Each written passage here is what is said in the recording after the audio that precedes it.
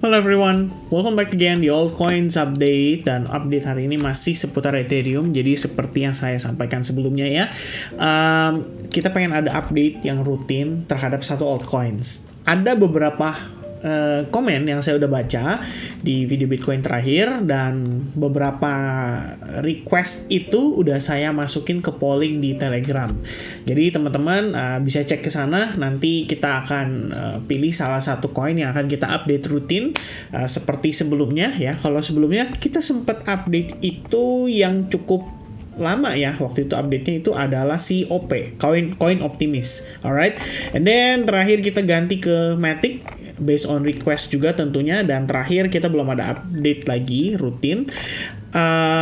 But right now kita coba untuk fokus ke Ethereum. Kenapa? Soalnya ini kan balik lagi ya, menjelang Shanghai upgrade, dan saya tetap harus kasih update kira-kira seperti apa nih pergerakannya menjelang Shanghai upgrade, dan gimana sebaiknya kita mungkin ya bisa dibilang menghindari resiko yang tidak diperlukan, karena volatilitas yang tinggi pada saat upgrade itu mungkin saja bisa menyebabkan transaksi kita jadi mengalami problem. Dan saya sih pribadi, teman-teman, bukan tipikal orang yang prediksi ya, atau istilahnya mencoba untuk menebak apa yang akan terjadi pada saat event itu berlangsung. Karena menurut saya nggak gampang untuk menebak psikologis dari banyaknya orang yang melakukan transaksi terhadap aset tersebut ya. Jadi saya mungkin bisa dibilang cukup tidak percaya ya, istilahnya ada orang yang benar-benar bisa precise menebak apa yang akan terjadi pada saat event tersebut berlangsung. Memang sih kemungkinannya tuh 50-50, either saya bilang harga bisa naik atau harga bisa turun. Tapi kan saat ini semua orang percaya bahwa event tersebut bisa menyebabkan Ethereum at least dump dulu nih pada saat Shanghai upgrade berlangsung. Nah pertanyaannya adalah, buat biasanya ya yang tipikalnya skeptical, kita pasti akan berpikir, ini apa iya gitu loh, seorang whales ya, apa iya whales itu memberikan kemudahan untuk kita menebak ya apa yang akan terjadi pada saat event tersebut berlangsung, dan pada akhirnya ternyata banyak yang untung gitu ya. Sebenarnya sih buat teman-teman yang mungkin percaya dengan hal tersebut ya bisa-bisa aja dilakukan. Tapi kalau saya, karena saya tipikalnya konservatif, saya lebih cenderung untuk menghindari transaksi yang seperti itu. Buat saya itu adalah unnecessary risk, atau risk yang tidak diperlukan untuk saya ambil.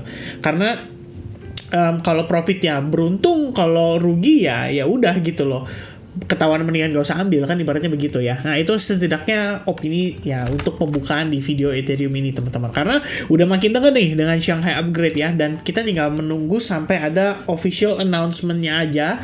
Mungkin kalian bisa cek di blognya Ethereum, atau mungkin bisa cek di Twitternya Ethereum juga. Nanti tunggu rilis informasi dari sana. Nah sementara sambil kita menunggu kira-kira gimana reaksi pasar, pertama teman-teman perlu diperhatikan ya bahwa yang terjadi pada Ethereum memang kita ngelihat ada rebound ya terhadap area exponential moving average 8. Nah, take note penting nih teman-teman. Take note penting ya. Note penting ya, kalau saya sih tetap perhatikan bagaimana volumenya di sini malah cenderung decline. Bahkan pada saat close terakhir pun volumenya masih di bawah rata-rata. Jadi saya pikir ini mungkin rebound yang terjadi bukanlah rebound yang sangat powerful atau strong gitu ya. Mungkin lebih ke arah mengikuti situasi daripada si Bitcoin. Nah yang terjadi hari ini, Bitcoin dominance itu nanjak sekitar 0,8%. Jadi pada saat Bitcoin dominance ini naik, kita berarti tahu ya, kemungkinan sih saya berpikir atau saya menilai ya bahwa kecenderungan banyak orang yang mungkin sedang take profit ya dari altcoins-nya. Jadi ada beberapa yang dipertahankan dalam kondisi positif, tapi beberapa yang lain kita ngelihat di sini udah ada yang cenderung negatif ya. Seperti Conflux kemarin nanjak duluan, sekarang turunnya duluan. Filecoin juga sama ya, nanjak duluan, turunnya duluan. Kemudian ada Matic juga sama ya, kalau nggak salah dia sempat nanjak duluan ya, dan akhirnya turun duluan ya. Ya kira-kira seperti itu. Nah Ethereum tentunya di sini yang merupakan salah satu kompetitor terkuat mungkin ya atau kandidat kompetitor terkuat ya untuk menandingi Bitcoin. Ya udah pasti yang paling terkena dampak ya setelah Bitcoin dominance naik. Nah kalau Bitcoin dominance naik, berarti logika berpikir kita adalah mungkin ya altcoins itu sedang di take profit, dan ketika si altcoins itu di take profit, otomatis yang tersisa di market itu kebanyakan adalah orang-orang yang pegang Bitcoin. Nah, kita belum tahu reasonnya apa, tapi apakah justru karena Shanghai upgrade ya, tercipta kepanikan di market, mungkin ada beberapa yang memutuskan untuk, gue take profit dulu lah, kalau Ethereum down takutnya yang lain juga ikut kena dampak ya. Dan menurut saya itu wajar banget untuk terjadi. Alright, next one. Kalau kita lihat di time frame daily, sebenarnya kalau misalkan memang di sini posisinya Ethereum cukup positif ya, harusnya sih soon or later kita bakal ngeliat dia testing ke level $2.000 ya. Itu yang paling deket dan paling possible untuk dicapai. Tapi kalau kita ngelihat dari bagaimana proses naiknya, tentu saja teman-teman bisa menilai sendiri lah ya, bahwa progres kenaikan pada si Ethereum so far itu cenderung slow. Ya, cenderung slow. Kita ngelihat bagaimana proses naik yang pertama. Kita lihat bagaimana proses naik yang kedua ya, ketika dia berhasil create yang namanya higher high. Nah, untuk saat ini kita sudah create higher high memang, tapi penguatannya itu sangatlah terbatas. Dan bahkan untuk saat ini ya mungkin kalau kita bisa bilang bahwa ini adalah awal dari penguatannya, ya baru 1 hari penguatan kita udah ngelihat udah ada istilahnya candle seperti ya star pattern atau star candlestick pattern, dan ini terjadinya di area resistance ya, resistance sebelumnya. Jadi menandakan bahwa ada reaksi dari sellers yang manakala mungkin aja ada orang yang melakukan take profit atas penguatan yang terjadi dalam pergerakan yang singkat kemarin. Kira-kira seperti itu. Nah, sekilas sih saya menilainya seperti itu ya, kita ngelihatnya. Dan mungkin teman-teman yang following Instagram saya ya, mungkin ada yang tahu juga ya, kita di sini ada nggak kita sih, mungkin saya personal ya, ada entry di Ethereum ya, beberapa reason entry saya kemarin kita sempat bahas juga pada saat live session ya sebenarnya sih, dan kayaknya di video terakhir ada sempat bahas juga deh ya. Nah, intinya teman-teman, posisi saya terakhir pada Ethereum itu udah kena stop loss ya, dalam keadaan profit.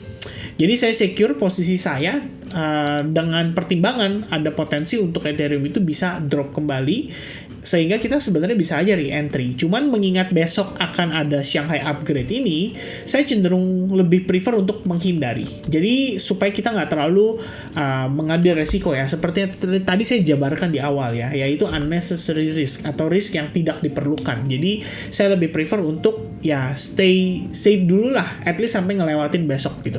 Nah, kalau misalkan secara time frame hourly, ini saya coba untuk breakdown sedikit ya bagaimana progresnya.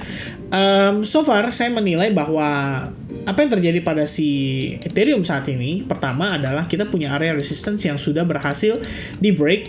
Oke, ini adalah area resistance terakhir yang sudah berhasil di break, dan semenjak itu kita belum ngelihat Ethereum ini berhasil create yang namanya higher high. Maka sebenarnya kalau kita lihat momentumnya itu masih didominasi buyers, tapi dengan ya kita bisa bilang dengan zona yang cenderung terbatas ya, karena kita ngelihat teritori kita ini cenderung terbatas aja gitu, karena kita memang belum create higher high juga seperti yang tadi saya sampaikan. Jadi kita belum tahu nih apakah buyers di sini itu benar-benar serius ya untuk mencoba manfaatkan pergerakan saat ini menjadi mungkin salah satu fase untuk mereka melakukan akumulasi kembali dan mengejar ke area yang lebih tinggi.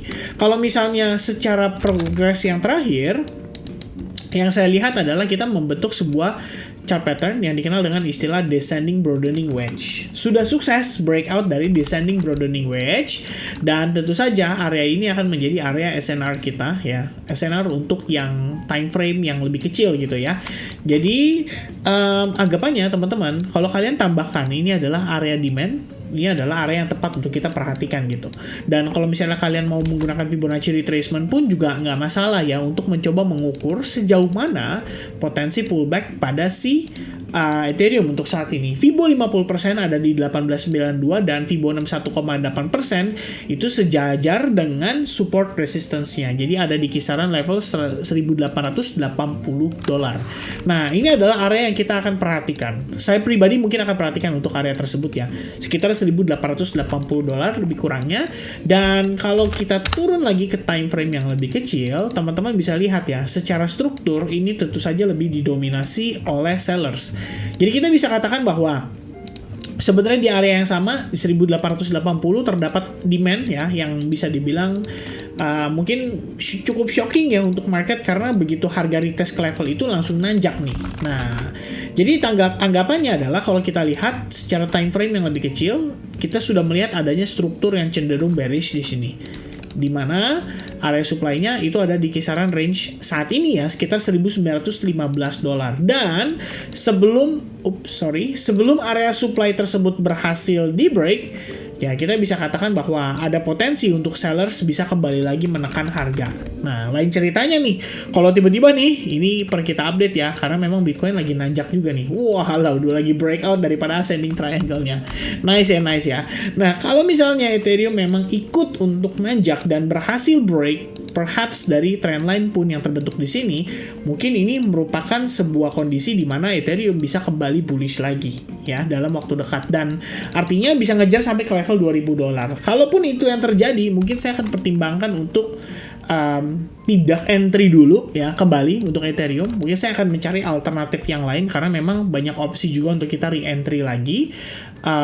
Dan ya pada Ethereum mungkin sebaiknya kita menunggu sampai melewati Shanghai Upgrade nanti ya. Seperti apa nanti dampaknya ya tentu saja kita tidak baik untuk terlalu berspekulasi karena takutnya resiko yang kita ambil ini malah menyebabkan transaksi kita jadi gambling dan pada akhirnya ya malah jadi merugi teman-teman ya. Ya kira-kira seperti itu. Alright, so ini dia untuk struktur di lower time frame juga teman-teman saya sudah jabarkan. Selama supply zone belum di break dan highest level sebelumnya juga belum di break, maka akan ada potensi untuk sellers bisa kembali menekan harga. Dan pada akhirnya mungkin target untuk demand zone-nya akan ada untuk target koreksinya akan ada di kisaran area demand zone sekitaran $1.880. Alright, once again teman-teman, ini bukannya kita mengatakan bahwa harga akan turun ya, tapi kita lihat aja berdasarkan yang ditunjukkan oleh market dan sejauh ini di 15 menit kita bisa melihat ada struktur yang cenderung korektif walaupun secara bigger picture ya di sini adalah higher low-nya dan ya kita belum berhasil break dari sana, berarti sebenarnya bull still in control at least untuk time frame yang lebih besar seperti 1 jam ataupun 4 jam. Alright, mudah-mudahan cukup clear atas apa yang saya sampaikan dan update terhadap Ethereum. Besok kita akan update lagi sekali lagi untuk Ethereum sambil kita selingin dengan yang rencananya akan di-poll sama teman-teman di Telegram. Alright, thank you so much for watching and I'll see you guys again in the next update. God bless everyone. Have a nice day guys. Cheers. Bye-bye.